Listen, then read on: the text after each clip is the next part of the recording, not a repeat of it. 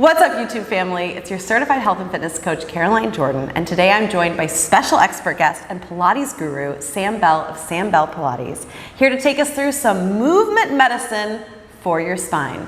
Your spine is your lifeline, and this back mobility routine helped Sam heal from a serious back injury and get back out to life in 2 weeks.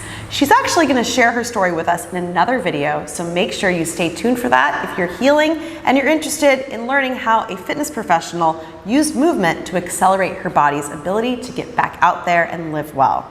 But if you're ready to get started and mobilize your spine, we're moving through this simple sequence to help you and your back feel healthy, happy, and well for life.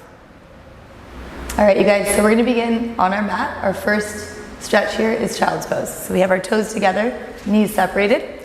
Walk your arms forward as far as you can. And if you could rest the forehead on the mat, and just find a comfortable position here. We'll hold this for a few breaths, in through the nose, filling up your trunk all the way. And a deep breath out through the mouth, let it go. Take a couple more breaths here with most of the weight into the outsides of your hands, opening up that whole backside body.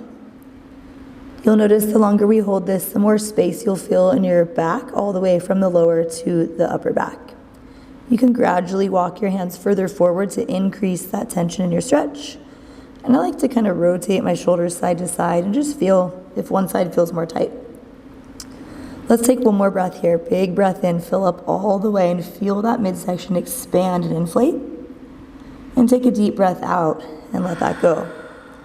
From here, let's walk the hands over to the right side. This is going to stretch out the left side of your lower back. And again, we'll just hold here for a few breaths. Take note of what you feel on that left side right now. And after a few breaths, notice how it feels a little bit more open. If you start to lose that stretch, walk the fingertips a little further forward. We'll take one more breath here. Breathe it in, fill all the way up. And let it release. Let's take it to the left side, even it out. And keeping the lower body square, just walking the hands out slightly to the side. Nothing too crazy. Even out the tempo of your breath, long inhales and deep exhales. Let's walk those hands back to the center of the mat. Next stretch here, we're gonna come up onto our hands and knees for our cat stretch.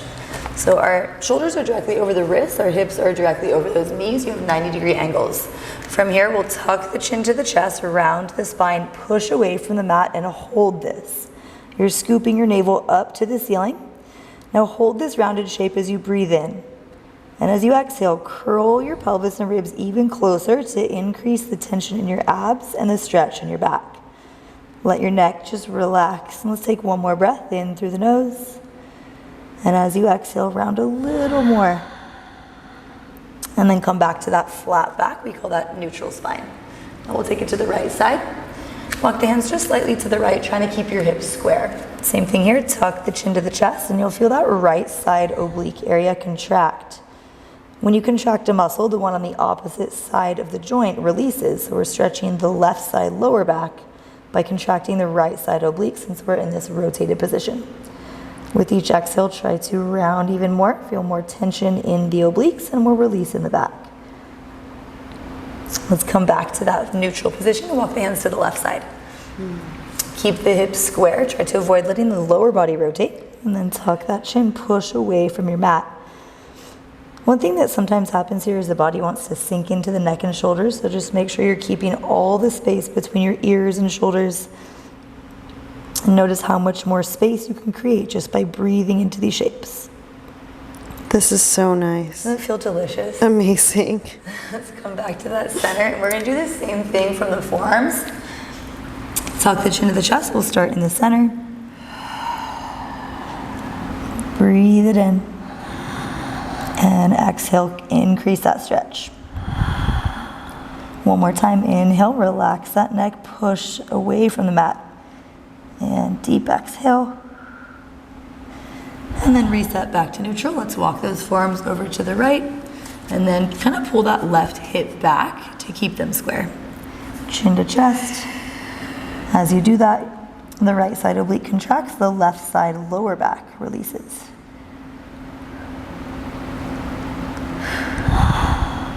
One more breath in. And tuck and round a little more. Let's come back to neutral and bring those forearms to the other side. For this side, you want to pull your right hip back to keep them square. Scoop the navel up to the ceiling. Looking somewhere between your knees and your hips. One more breath here.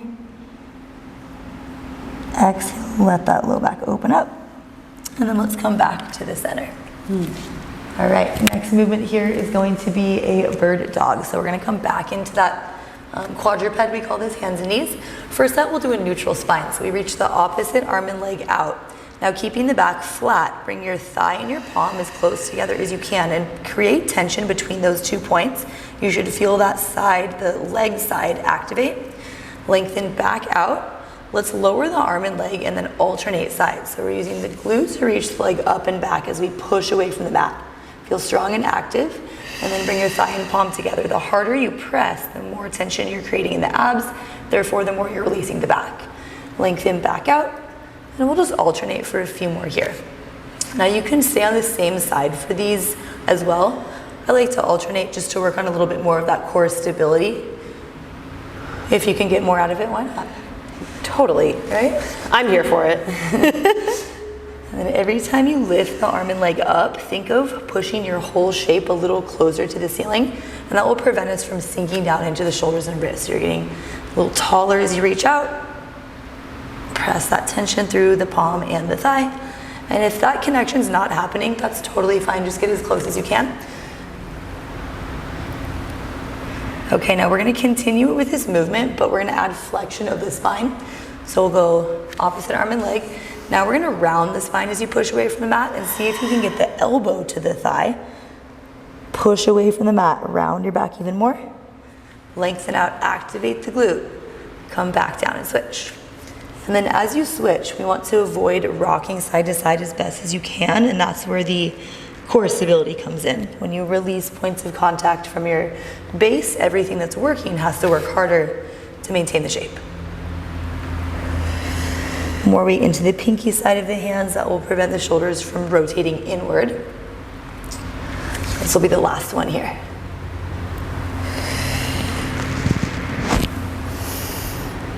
All right, next exercise here, we're going into our pigeon lifts. So we're gonna go into our pigeon position.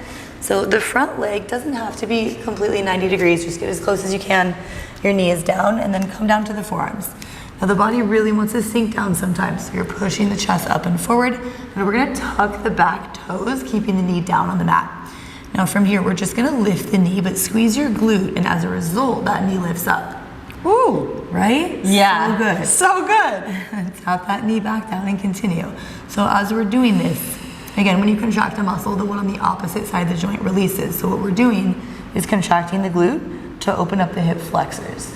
So when we just stretch the hip flexors, that's cool, right? It's great, it's helpful, but if you can strengthen the muscle on the opposing joint, you get double the benefit.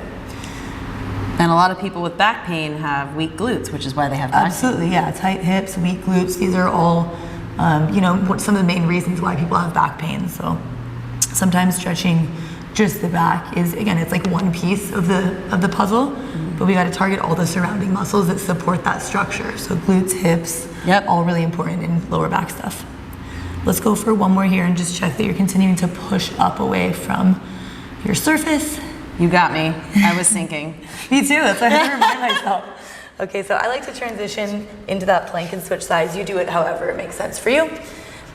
And then bring those elbows down, push the sternum upward, and then let's lift that back knee. Squeeze the glute. You might feel a stretch in your quads too, the thigh muscles of the back leg, and also a great stretch in the side, the glute medius, the side glute muscle on that front leg. So there's a lot of benefits to this one exercise here. My quads and glute med are very tight, Yeah. which is a big reason why I get back problems. Yep, same. And with any, if there's any structural damage or anything, your body is going to overcompensate and other muscles will get overused and extra tight. So this is a good opportunity to feel the imbalance and notice what side If it's, if one side is way tighter than the other, that kind of tells you a little bit about what your body's doing to overcompensate for the injury. And when you have that knowledge, it's just gonna help you to know what's going on with your body and to heal even faster. Yeah, man, I'm all for it. Right? Less troubleshooting if you know where your tight areas are and we know what to target. Mm-hmm. All right, so let's go ahead and move on. So after this pigeon lift, we're gonna go onto our back. So this one, let's go pelvic tucks first. Okay. So we're gonna have the feet down, knees up. Now you start in neutral, that's like the natural curve to your spine, right? And you can even exaggerate that natural curve. From here, you're just gonna tilt your pelvis up to the rib cage slightly and lengthen the lower back to the mat, and then release it. So I'm gonna exaggerate it so you can see what's going on, because I know it's a really small movement, it might be hard for you to see here. So you're creating that little arch in your lower back, and then you're just tilting the pelvis upward. Try to avoid smashing the low back down. Think of activating the abdominal muscles to bring your pelvis and ribs closer together, and then once you feel that low back touch the mat, you can release it. Now, aim to keep your glutes squeezed. Sometimes there's a lot of muscles in the body that can achieve the same goal. So if you tell your body to do an action, but we don't tell the body how to do it, there's a possibility that other things are taking over and we're not getting the full benefit. So if you can release the glutes, it's allowing the core to do all the work here.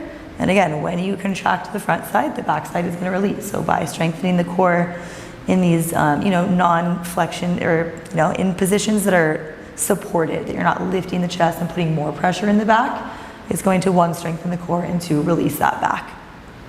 So let's go ahead and add on to this. So now we're going into our articulating bridge. It starts exactly the same. You're tilting the pelvis up and then continue to articulate your spine off of the mat one bone at a time.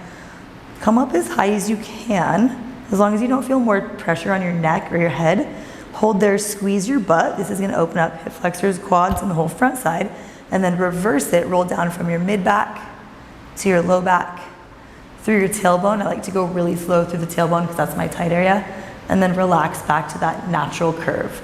So tuck the pelvis, feel your abs contract. Roll it up slow. Try to count every single vertebra one by one. Lift the hips, squeeze your butt, and then roll back down. Now arm options, when the palms face down, sometimes that can encourage your shoulders to round forward, and that can kind of tense up your neck and upper back. So I like to go palms inward or upward, and that way you can press into the outside of the arms and create more stability in the upper back, which allows you more range of motion here. That's a great cue.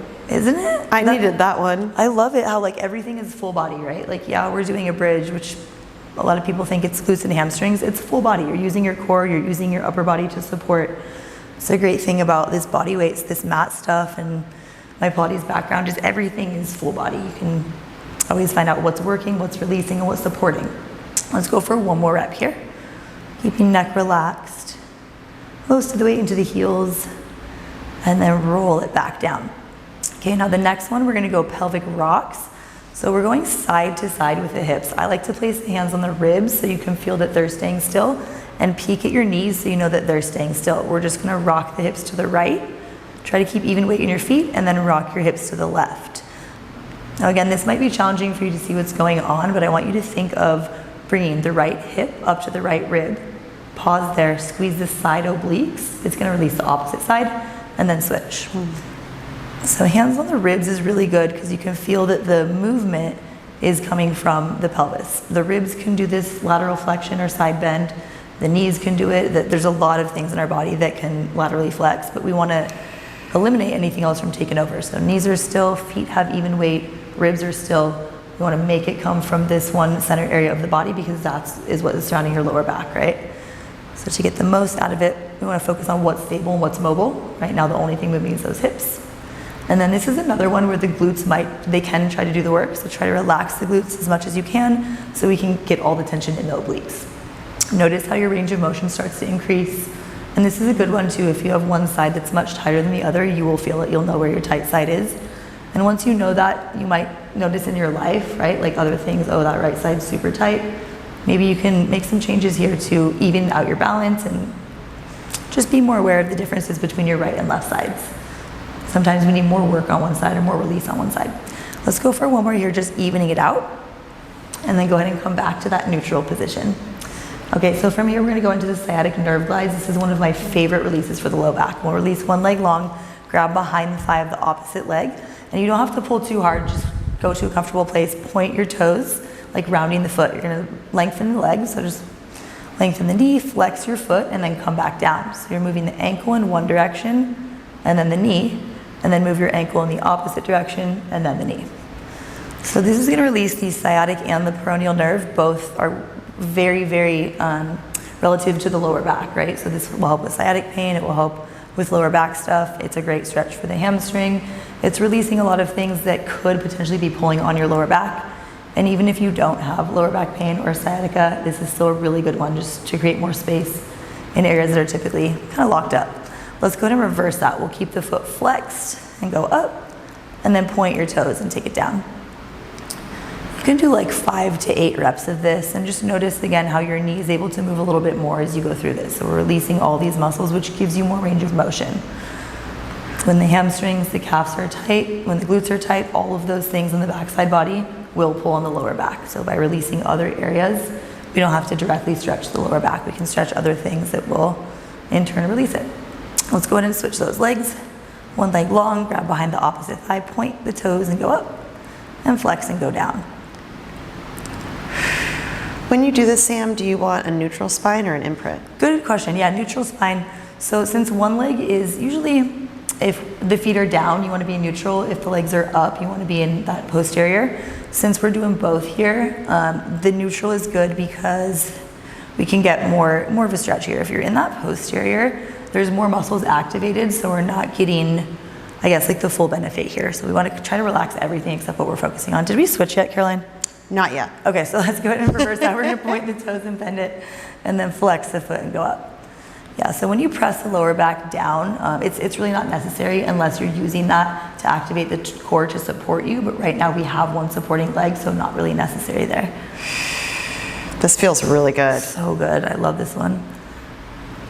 I actually taught a woman on an airplane this. She was talking about her sciatic pain, and I laid down in that front row and showed her the sciatic nerve glide, and she was like, I've never felt so good in my life. She actually became a client of mine. That's amazing. This is my favorite exercise to teach people with low back. If you're gonna do one thing, do this one. Okay, let's go ahead and let that release, and we're done on our backs. Let's go ahead and come up for the 90-90. So the 90-90 position, again, doesn't have to be perfect. You wanna get as close to 90-degree angles as you can. We're gonna start in the nicest variation. So we're gonna place the hands down. You can go palms down or fingertips. Keep your feet planted and then rotate your knees to the other side. When you get there, try to press down into the knees and see if you can rotate the hips even more. We'll just keep going side to side as best as you can. Try to keep the feet planted. You might travel a little bit, especially when you're sweaty. Yeah, man. And then again, try to avoid sinking down into those shoulders. You wanna push up and away. And then if you feel like, okay, I got that, no problem, you can come up, take the hands across the chest, press into those thighs. So you want to feel this glute activate, stretching out the inside of the hips. So this is where I start to travel. I'll be like up here. You can also go hands behind the head or up to the ceiling for a more intense variation. I'm going to show you 2 more. If you do this routine regularly, which you totally should, and you start to feel like you want a little bit more, you can add these hinges and you get to the side hinge forward. Then you get that extra, it not only hip mobility, but you get that stretch in your low back. That one feels awesome. Usually the first few reps don't, but as you keep going, you're like, whoa, I can get so much deeper. And then the last one here is the 90-90 lift, I call it. So you push down into the knees, squeeze your butt to lift up. That's gonna increase the stretch in the hip flexors, again, which are probably like 100% of the time tight when your back is, right? And just most people in general have tight hips, so. The reason I got my back injury, right? Tight hip flexors. Yep. Okay, so that's the 90-90 and all the variations. We have 2 more here. So the Cobra is lying down face down. We call this prone position. Now when you're here, especially with lower back stuff, it's very important that you're gently pressing your pubic bone down so your back is not super arched. Try to activate your glutes and abs to do that. I like toes down, knees up, so you can keep this activation in the lower body. Palms down on the mat, and then you're just gently pressing up. You're only lifting from the upper third of your spine. We want to avoid going so far that your lower back changes shape. So it's only that mid back, right? And then come back down. Now you'll notice as you keep going here, you might be able to push up a little bit higher. You want to feel the stretch in your abdominals and come back down. Now with back extensions, this is how I injured my back, is I was never taught how to do this, like where to move from. So I was doing these crazy back bends and I was using my lower back to do it. Yep. But you know, this thoracic extension should come from just the upper spine. So one of my favorite cues is it's not about the range of motion, it's about where the movement comes from. Like I was saying, a lot of areas can achieve the same goal or to do the same movement. Super important that we're doing it from the right place. So that's that Cobra. And then the last thing we're gonna do here is go back to child's pose. I love to end with the same stretch that we started with so that you can feel the difference in what your back felt like when you started the routine versus now. So toes together, knees wide, walk the arms forward.